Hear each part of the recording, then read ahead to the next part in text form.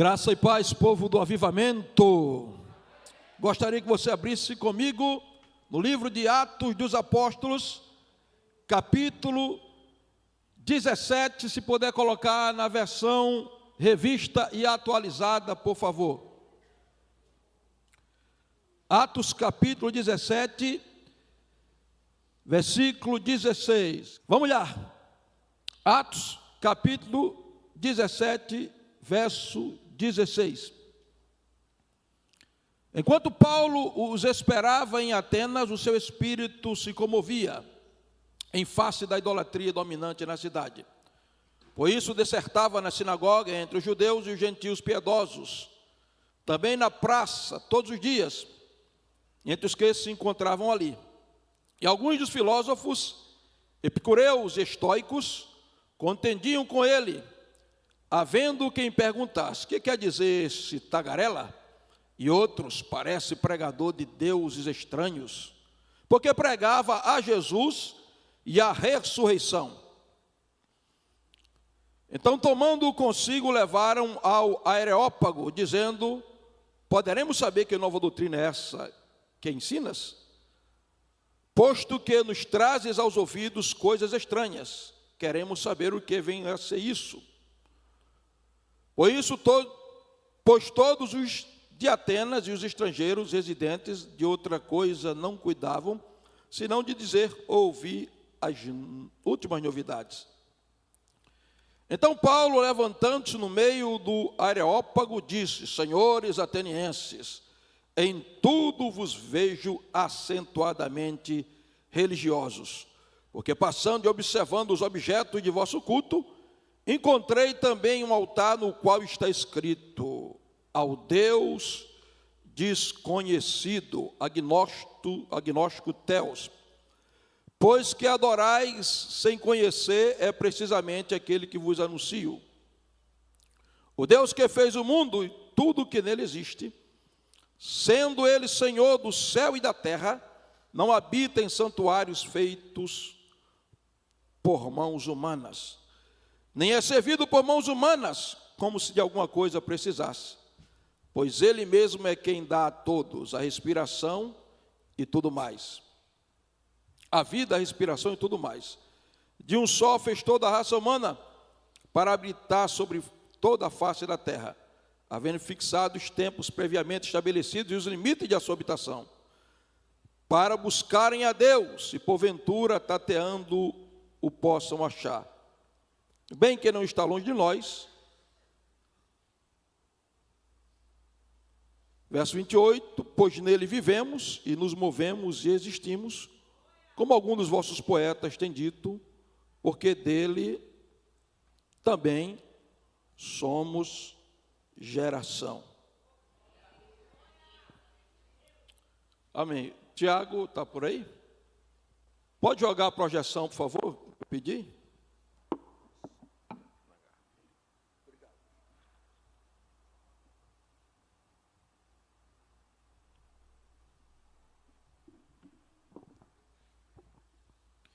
Pode jogar o segundo?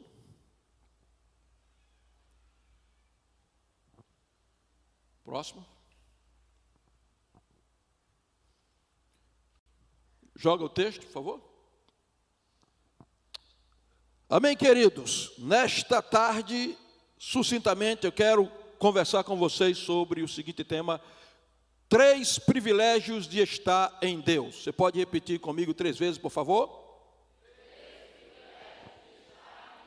Mais uma vez.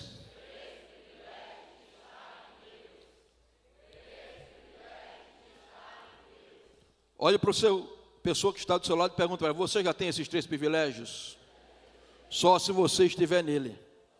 Que privilégios são estes, pastor?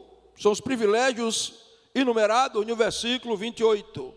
O privilégio de viver, o privilégio de se mover e o privilégio de existir.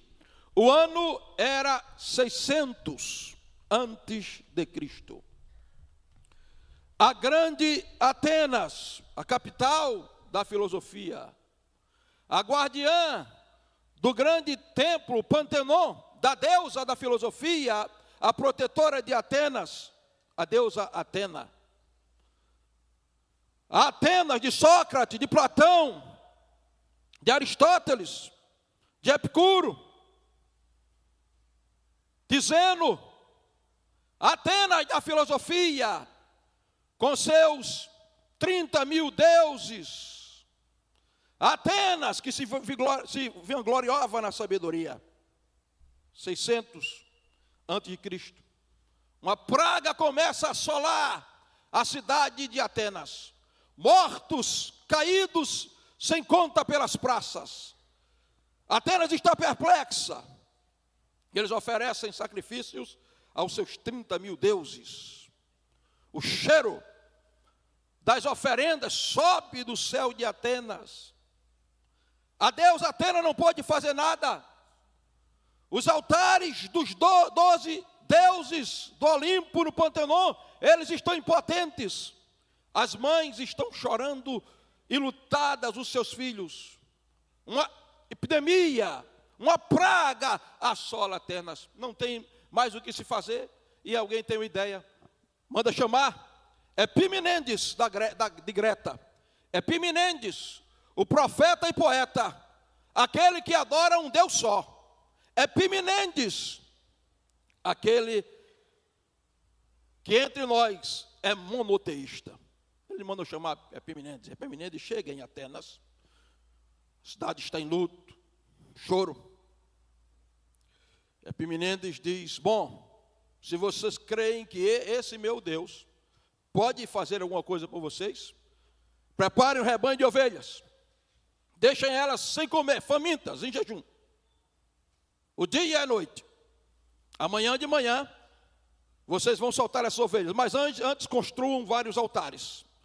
Soltem o rebanho de ovelhas, e elas vão famintas.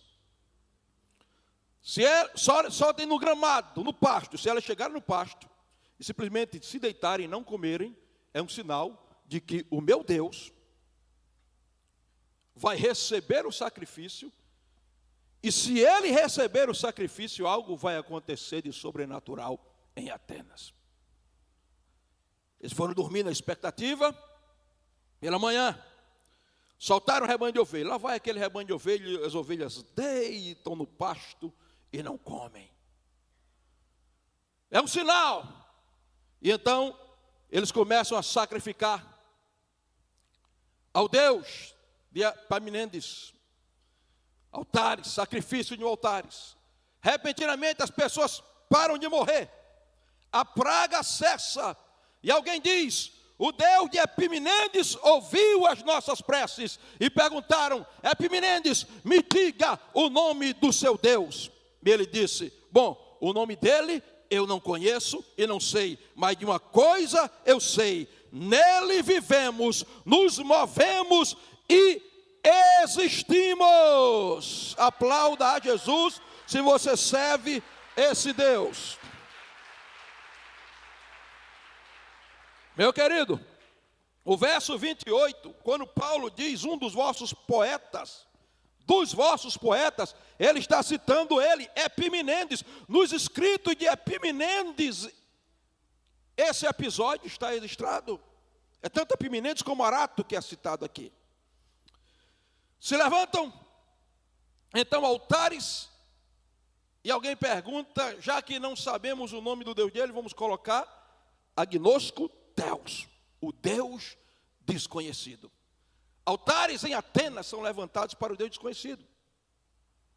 Mas acontece que depois da pandemia, ninguém jejua mais como jejuava, não se tem tanta contrição, não se ora mais nas praças como se orava, a coisa vai afrouxando, e aí começaram, a normalidade voltou, e eles começaram a abandonar os altares do Deus desconhecido. Mas dois velhinhos disseram: não, a gente tem que preservar essa história, e conservaram um altar, e estava lá escrito: ao Deus desconhecido. É nesse contexto que Paulo chega em Atenas. E Paulo aproveita esse gancho. Paulo, como evangelista, mestre e apologista, ele pega esse ponto de contato para evangelizar os atenienses.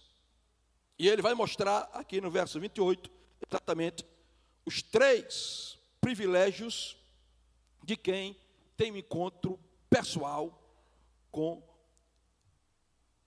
esse Deus.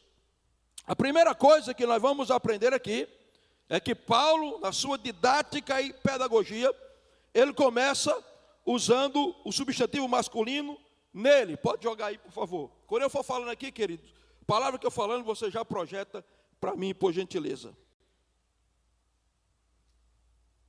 Paulo começa usando o substantivo masculino nele. Por quê?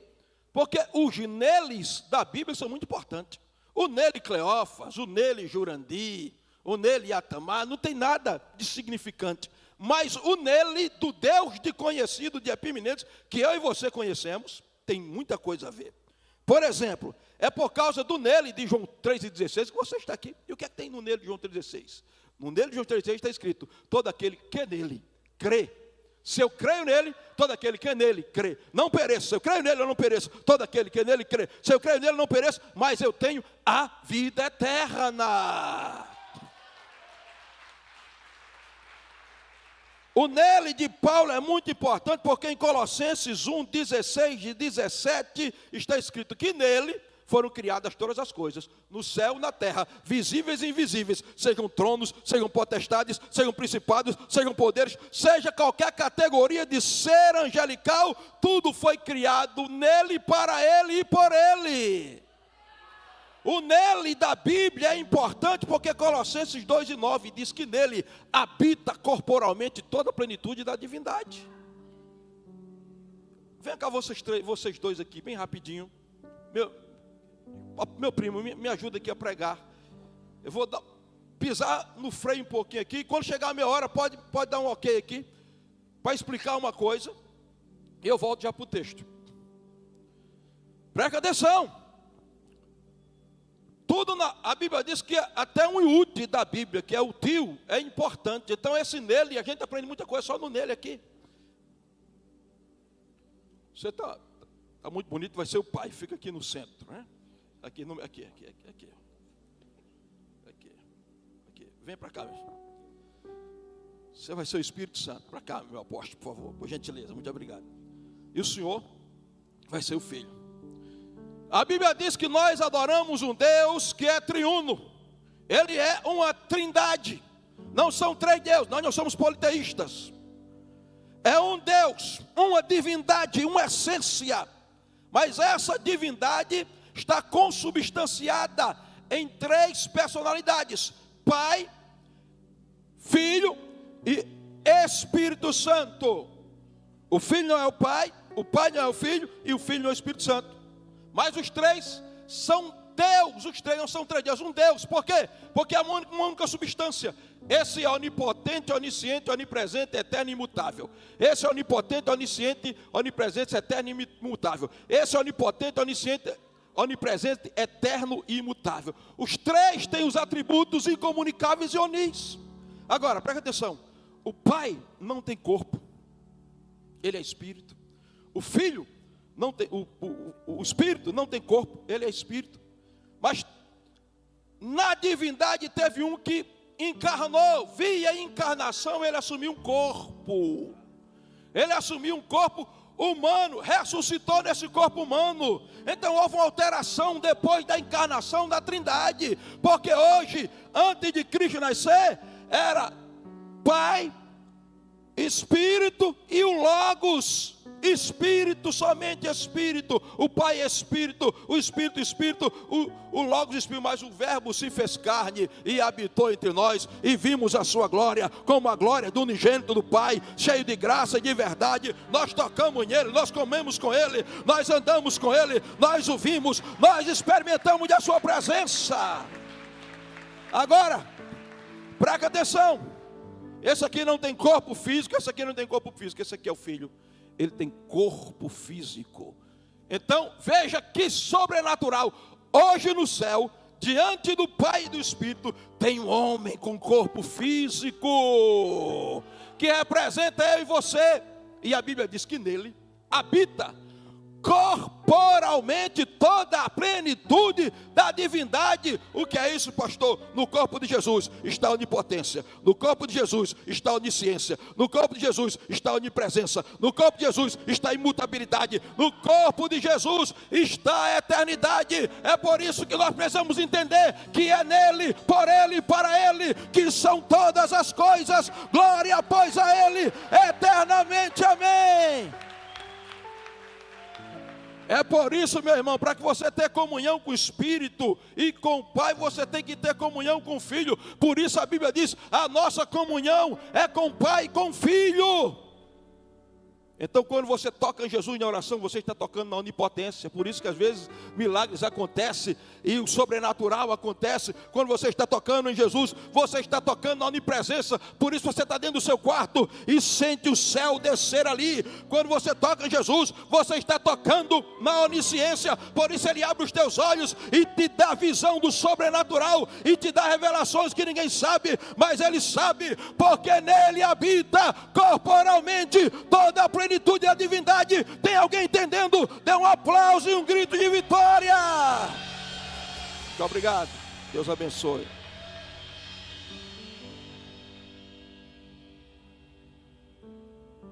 Agora, quem é ele?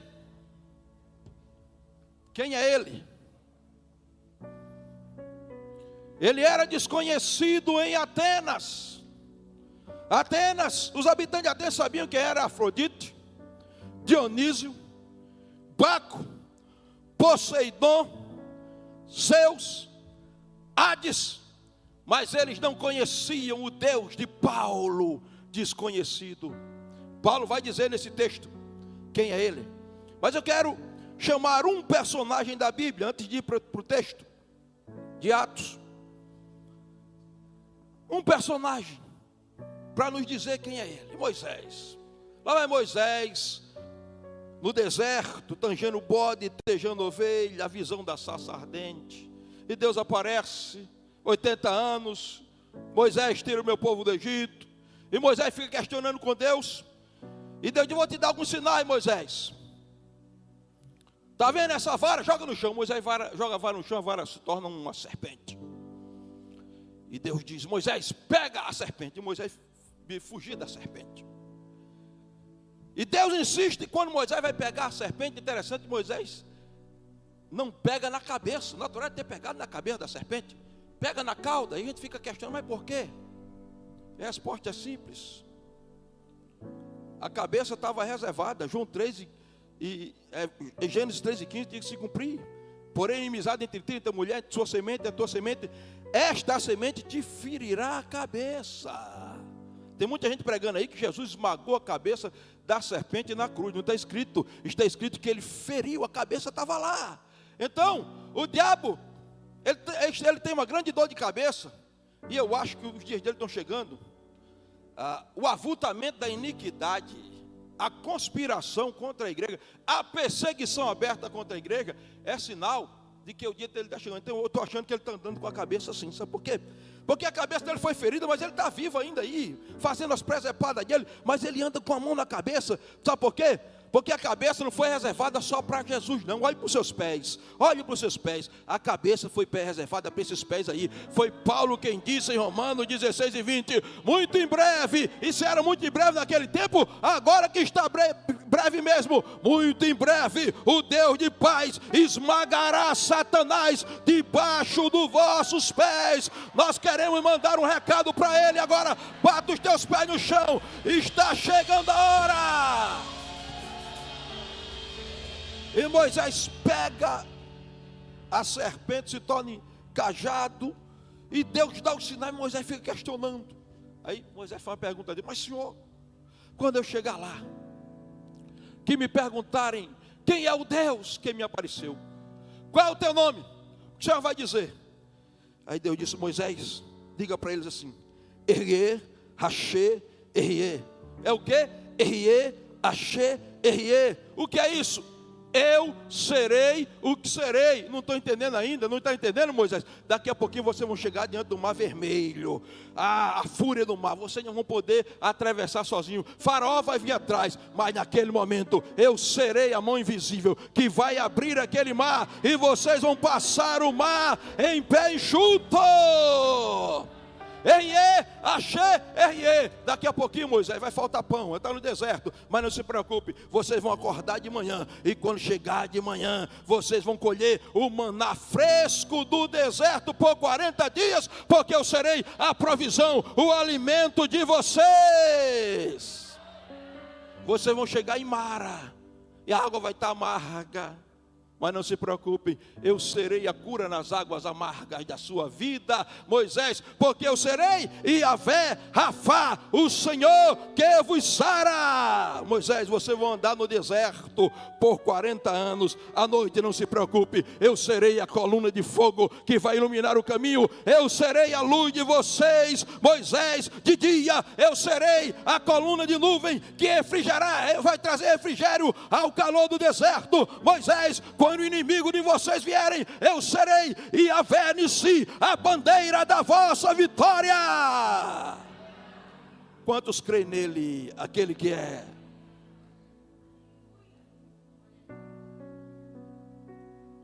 Qual é a tua dificuldade? Qual é a tua crise? Qual a tua guerra?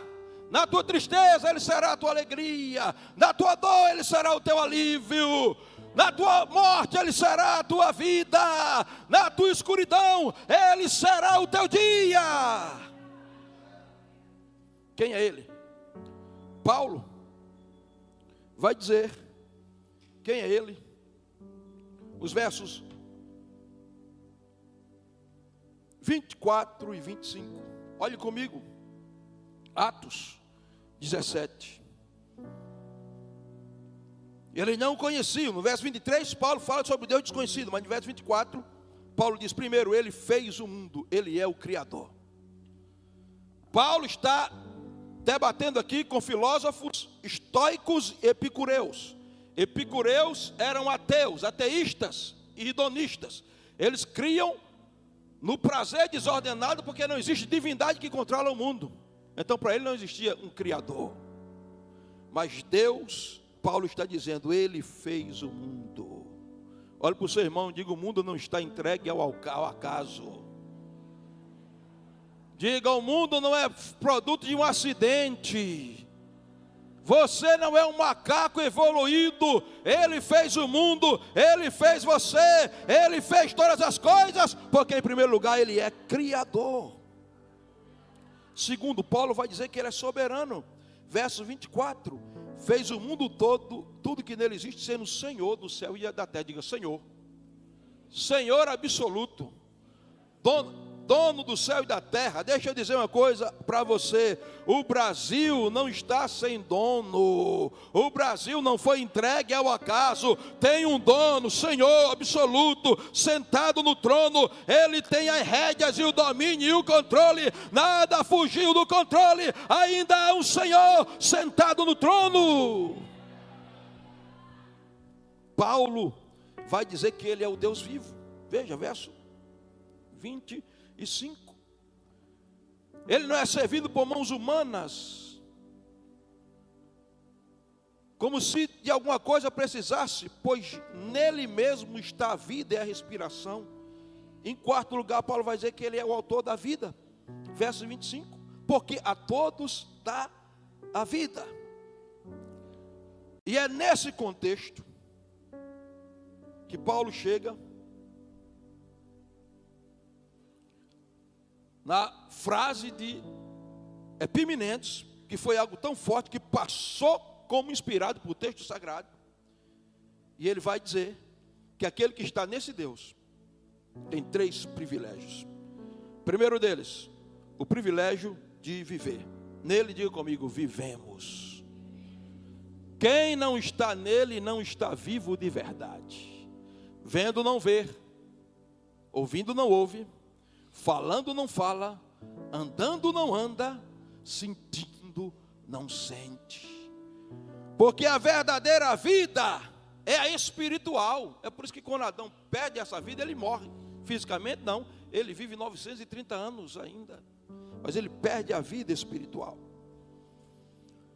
Veja que Paulo está falando no contexto de morte espiritual. Por quê?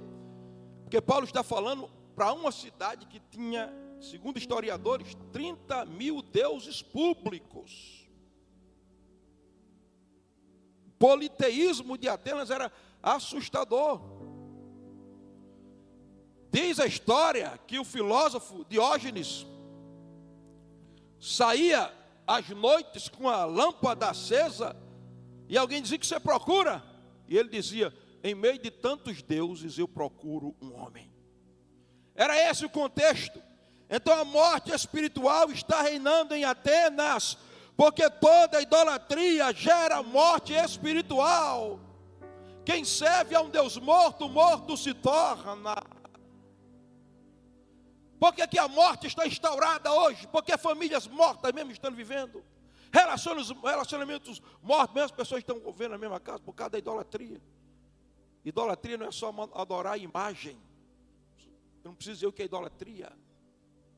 A maior idolatria é a ego-idolatria, quando eu me torno um ególatra, eu adoro a mim próprio. E no meio desse contexto de morte, Paulo diz: nele está a vida. Eu quero que você saiba que o seu Deus não somente dá a vida, é o autor da vida, mas ele tem a vida inerente em si. Ele tem vida. Meu filho, vem cá, por favor. Como é seu nome? Fabiano. Deus te abençoe, Fabiano. Você é corajoso? Hein? É obediente? Quer pagar um mico aqui para mim? Deite no chão, por favor. Aí. Nele está a vida. Neshama shayar é a palavra Neshama, fôlego. Shayar, vida no hebraico. Deus está entrando no Éden e lá está o barro, terra. E ele vai fazer o homem do barro, da terra. Por isso que o nome Adão vem de Adama, do barro marrom avermelhado. Alguém metido a besta colocou no Facebook: se Adão era branco, de onde vieram os negros? Aí eu coloquei: Adão, de Adama, do barro marrom avermelhado. Na genética de Adão estavam todas as raças. Lá em Adão estava o branco, o preto, o mulato, o amarelo. Todos estavam lá, porque Deus é um Deus sábio. E a Bíblia diz que Deus, e aqui para mim foi cristofania, para mim ali foi Cristo que se materializou e veio. Cristo desceu e colocou a mão no barro. É por isso que você tem as impressões digitais do Criador. Ninguém adianta tentar se vangloriar em nada não, porque a Bíblia diz que nossa estrutura, Ele conhece, é barro. É por isso que tem 27 elementos químicos aí no teu corpo que estão na terra: potássio, cálcio, zinco, fósforo, magnésio, etc. Ele bota a mão no barro e ele vai trabalhando. A palavra hebraica ali é yatzar, moldar como o oleiro faz com. E ele vai preparando, vai trabalhando. Ele molda o corpo. Aí está o vaso, a casa, mas sem habitação. O corpo, mas sem vida. Quantas pessoas, e até igrejas hoje em dia, a igreja do Todes, que são assim, são barro no chão e de barro não passam, tem aparência, tem olho, mas não estão vendo espiritualmente, tem boca, mas não estão falando espiritualmente, a voz não está sendo ouvida, é barro, mas a Bíblia diz: nele está chamar a vida, o fôlego, cheia a vida, nele está a vida, e ele vem, e quando ele toca no barro, é barro, mas está faltando vida, e a Bíblia diz que ele vem, e a Bíblia diz: soprou. O fôlego, chamar, o fôlego no original das vidas. Isso é reencarnação? Não tinha 30 Adão dentro de Adão, 30 espíritos de Adão dentro de Adão. Quando ele sopra, Adão abre os olhos, levanta, mexe as mãos, vai se levantando, abraça o Criador e se torna um adorador. E ele tem comunhão,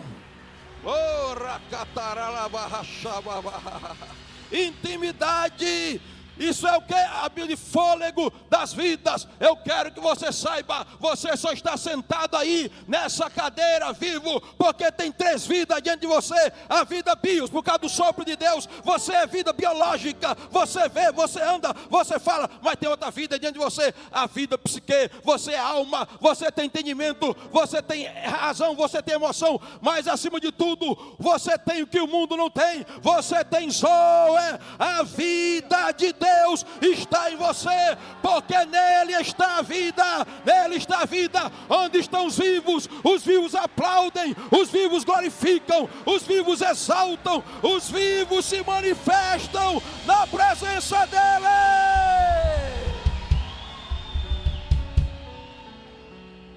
De que é que o Brasil precisa? O Brasil precisa de vida. O que é vida de Deus? O que é avivamento? A vida de Deus em nós. Todo mundo está chorando em Betânia, que a tragédia se instaurou, que foi a morte reinando em Betânia. Lázaro morto, lá vem Jesus, mas nele estava a vida. Ele está cheio de vida. Por que vocês estão chorando, minha gente? E chora todo mundo, Jesus chora, mas não chora na alma, não é um choro almático. Jesus chora no espírito. Tirai a pedra, cheira mal, não quero saber de cheira mal. Remove a pedra. Eu imagino Lázaro lá no paraíso, seio de Abraão ainda, né? Jesus não tinha ressuscitado. Seio de Abraão. Está Lázaro conversando com Abraão, batendo um papo. Mas Abraão é interessante, eu li, não sabia que você era tão bonito assim como, né? Você até que você era velho, você não é tão velho não. E aquela história de Isaac, pois é, foi desse jeito. Pois é, e você, Daniel, Deus enviou o leão lá, fecharam a boca, o anjo fechou a boca do leão, foi literal. Eliseu, aquela história lá, daquela ursa que você invocou lá, só porque disseram que você era meio calvo, não, aquele estava estressado, mas Deus me perdoou. E quando ele está conversando, aí ele diz, agora olha, vocês conheceram ele nessa experiência? Eu sentei na mesa com ele foi, eu comia com ele. E quantas vezes eu ouvi ele dizer, chamar pelo meu nome assim, Lázaro, Lázaro. E quando Lázaro está com esse bate-papo, Jesus está no mundo aqui, no mundo físico. E aqui, nele está a vida. Ele tinha dito, eu sou a ressurreição e eu sou a vida. Nele está a vida. E ele grita na porta da sepultura, Lázaro, vem para fora. A voz de Jesus penetra o sepulcro escuro, passa no terceiro, primeiro céu, segundo céu, terceiro céu, entra no seio de Abraão. Jesus só chamou Lázaro, não chamou todos que estavam lá não, só Lázaro. Aí lá ele dizia muitas vezes, Lázaro, Lázaro, parece que eu estou ouvindo Lázaro, é a voz dele. Mas espera aí, Lázaro, conta aí. Não, eu não posso. Ele está me chamando de volta para a vida. Eu quero profetizar nessa tarde que sepulcros se abrirão e aquele que é a vida, a voz dele é a voz de vida, chamará Natal, chamará o Rio Grande do Norte, chamará o Brasil, chamará as nações da terra para a vida. Nele está a vida.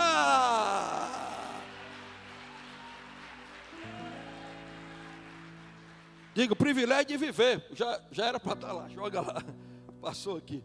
O privilégio de viver, irmãos. Ele traz vida. Vou ser rápido agora. Quanto tempo eu tenho, meu Deus? Quem está me cronometrando aí?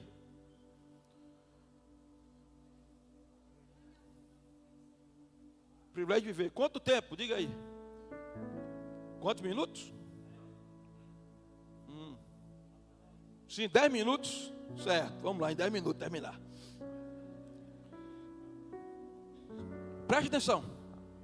Eu terminei o culto, estava numa pizzaria. Minha cidade é muito pequena, tem 10 mil habitantes, todo mundo se conhece.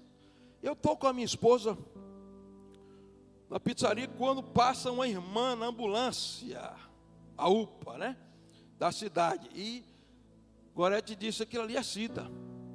Ela vai ofegante. Ela tinha tido um problema na gravidez, tinha desenvolvido um problema no coração que ela nem sabia. Bom, dali ela já foi para a UTI, grávida. Tiraram a criança, ela ficou na UTI e a criança na outra UTI. Ela tinha desenvolvido o mesmo problema, a criança tinha desenvolvido o mesmo problema dela. Estão de olho no UTI. O quadro se agravou, ela entrou em coma e eu fui visitá-la.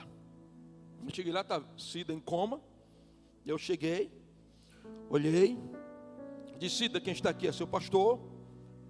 Ela inconsciente, eu vim aqui orar por você. E quer dizer, o Espírito de vida que ressuscitou Jesus Cristo dentre os mortos, ressuscita o teu corpo mortal. Você vai vir para a vida e nesse dia você está contando testemunho na igreja. Quando eu estou saindo, tinha 3 médicos conversando, dizendo: tem que falar com alguém da família e tal. Eu me aproximei e disse: algum problema? Ela disse: o senhor o que é dela? Eu não sou o pastor dela, não. É porque tem que levar esse documento para a Secretaria de Saúde, porque ela tem que fazer rapidamente uma angioplastia na válvula mitral, o caso é muito grave. Eu resolvo, peguei os papéis, resolvi tudo, fui para casa. Isso era umas 5 horas da tarde. 10 da noite, estou me preparando para dormir, o telefone toca, é Daniela, a tesoureira da igreja. Pastor, o senhor soube o que aconteceu com Cida? Soube não. 3 médicos foram lá examiná-la, começaram a examinar, disse: não, a gente vai fazer angioplastia, coisa nenhuma.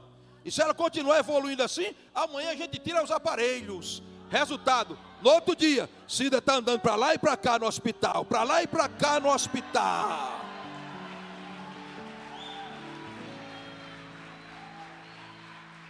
O menino estava na outra UTI, Deus curou o menino, a veia do coração voltou ao normal na mesma hora. Ela vai para casa, vai para a igreja, conta o testemunho, 40 dias ela volta, exame de rotina, encontra um médico. Médico: Cida, tudo bem? Como é que você está? Tudo bem, doutor? Me diga uma coisa, quem era aquele homem que veio visitar você aqui? Que homem, doutor? Era um homem um pouco mediano, cabelo um pouco grisalho, de óculos, meio barrigudinho. Ah, aquele ali era o meu pastor. Cida, você lembra daquela mulher que estava no outro leito da UTI? Não lembro muito bem, doutor. Pois naquele dia que aquele homem entrou aqui para visitar você, aquela mulher teve uma visão. Ela viu uma luz que entrava com aquele homem. E aquela luz entrava com aquele homem, aquela luz tocou em você, Cida, e tocou nela. No outro dia, aquela mulher recebeu alta e saiu da UTI também.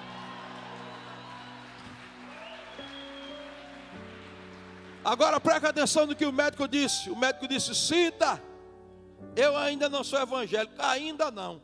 Mas desde aquele dia que eu não deixo de frequentar a igreja, porque não tinha homem na terra que trouxesse você de volta. Mas nele está a vida, e quem está nele tem o privilégio de viver. Levante a sua mão para o céu, receba a vida de Deus no teu coração, na tua família, no teu corpo, em nome de Jesus. Aplauda o Eterno.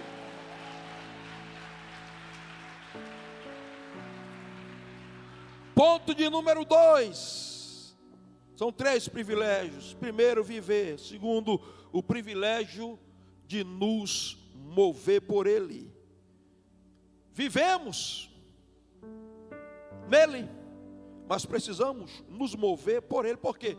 Paulo está em Atenas. Atenas era uma cidade movimentada, mas espiritualmente estática, porque Atenas era politeísta. Atenas estava adorando a deuses, diga-se de passagem, só os deuses públicos eram 30 mil. E deuses feitos por mãos humanas são imóveis. Paulo vai dizer nos versos 22, 23 e 24, que deuses imóveis são alvo de superstição, deuses imóveis estão em altares imóveis, deuses imóveis estão presos em templos imóveis, e deuses imóveis são servidos por mãos de homens que se tornarão mãos espiritualmente imóveis, porque o Salmo 115, verso 4 e 8, diz que aquele que adora um Deus que tem olho e não vê, tem ouvido e não ouve, tem boca e não fala, tem mão e nem toca, tem pés e não anda, está ali estático, imóvel, se tornará como ele, se tornará imóvel. Então, se eu estou paralisado na minha vida espiritual, se a obra de Deus não está em total movimento, é porque a morte se instaurou. E a idolatria entrou no lugar da adoração, porque a adoração traz movimento do céu. É por isso que Deus disse a Moisés: apresente os levitas como oferta movida. Você já viu o judeu orando? No muro das lamentações? Por que isso? Eles estão obedecendo o mandamento. oferecer. É por isso que na igreja tem que ter aplauso, tem que ter dança, tem que ter choro, tem que ter movimento, porque o nosso Deus tem mãos e a mão dele se estende para nos tocar, tem pés e os seus pés correm em nossa direção, tem olhos e os seus olhos estão olhando para nós. Tem alguém entendendo? Aplauda, glorifique e exalte o nome dele. Agora, querido, o adorador que adora um Deus vivo e um Deus que se move, será alguém movido. Veja comigo, verso 16 de Atos 17. Enquanto Paulo esperava em Atenas, o seu espírito se comovia em face da idolatria dominante da cidade. A palavra comovia no grego aqui é paraxino. Paraxino quer dizer queimar aceleradamente. O coração de Paulo estava cheio de fogo, estava queimando aceleradamente. Queimando de revolta contra a idolatria, queimando de paixão por Deus e queimando de compaixão pelos perdidos. Adorador conhecerá o movimento do céu, e o movimento do céu é o movimento do coração do Pai. E o coração do Pai tem duas batidas: nenhum, todos. Nenhum, todos. Nenhum, todos. Nenhum pereça, mas todos sejam salvos. Eu estou aqui essa tarde para dizer aos adoradores que vieram para o selado: o movimento e o mover de Deus está aqui, não vai parar, Ele ainda se move e continuará se movendo entre nós. Balance o seu irmão, diga: se mova. Balance de novo, meu irmão, diga: adorador, selado pelo Espírito Santo, se mova no movimento da glória.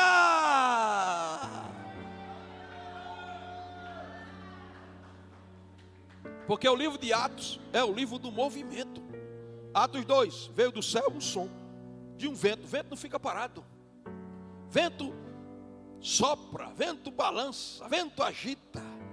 E quando o movimento do céu vem, a Bíblia diz que eles de Jerusalém partem para a cidade. Você vai ver Paulo. Paulo está aqui em movimento. Uma hora ele está em Atenas, outra hora ele está em Bereia, outra hora ele está em Filipe, mesmo sendo preso. Outra hora ele está em Creta, outra hora ele está em Roma. E alguém pergunta: Paulo, por que você não para? E ele diz: não, eu tenho fogo queimando em meu peito, que não me dá descanso. Eu sirvo a um Deus que se move. Sim, nele eu tenho o privilégio de me mover. Nós fomos chamados para estar em movimento. Adoração é bênção. Mas para que adoração? Para encher você do céu. Para quê? Para você sair depois de domingo, na segunda, das quatro paredes para lá, é que você vai ser igreja, chamados para fora. Jesus viu a multidão como ovelha sem pastor. Jesus viu a seara que era grande. Jesus disse: vamos orar. E todo adorador é alguém de homem de oração. Mas depois a Bíblia diz que Jesus disse: rogai, orem ao Senhor da seara para que envie. A palavra enviar ali no grego é ekbalo, que é a junção de duas palavras: extrair para fora, e balo, lançar de maneira violentamente, expulsar. Sabe o que é que o Espírito está dizendo? Que nós estamos aqui nesse seminário, nesse congresso, selados para aprender sobre adoração, para nos mover por dentro, porque Ele vai nos arrancar para fora das quatro paredes e nos expulsar para os territórios marginalizados, os territórios onde estão os perdidos. É lá fora onde os perdidos estão que a igreja tem que estar. Amém?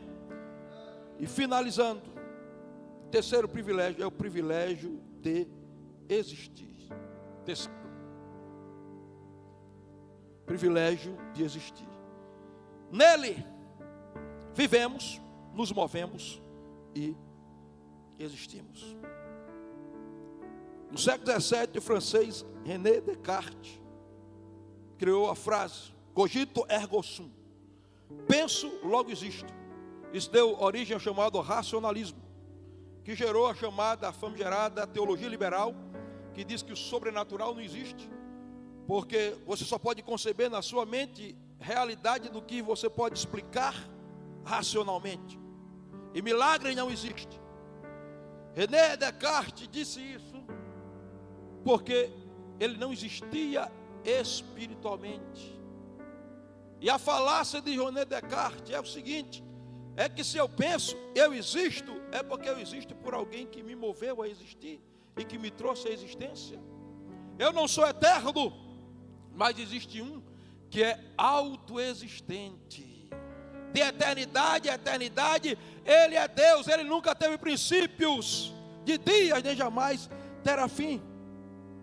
E Paulo, quando termina dizendo, nele existimos, Paulo está exatamente querendo dizer o seguinte: só existe de verdade quem teve um encontro com Ele e deve existir para Ele. Se você for para o livro de Gênesis, os primeiros capítulos, 4 e 5, você vai encontrar duas genealogias. Primeira genealogia, a genealogia que não é genealogia, de Caim, os descendentes de Caim. E lá você vai encontrar que Caim simplesmente estava ali. E diz, e aí vai mostrar as atrocidades que Caim fez e tal. Mas quando você chega no capítulo 5, diz assim: Sete viveu 130 anos e gerou Enos. Depois que gerou Enos, viveu 807 anos e teve filhos e filhos. E todos os dias de Sete foram 912 anos e morreu. Sabe por quê? Os descendentes de Sete e de Enos eram homens que conheciam a Deus de perto. Por isso Deus olhava e dizia: esses vão ser escritos no meu livro, porque esses existem. Quem não o conhece vive em estado vegetativo, mas não existe de verdade. Mas quantos aqui existem na presença dEle e existem para Ele, porque nele vivemos, nos movemos e existimos. Aplauda a Jesus.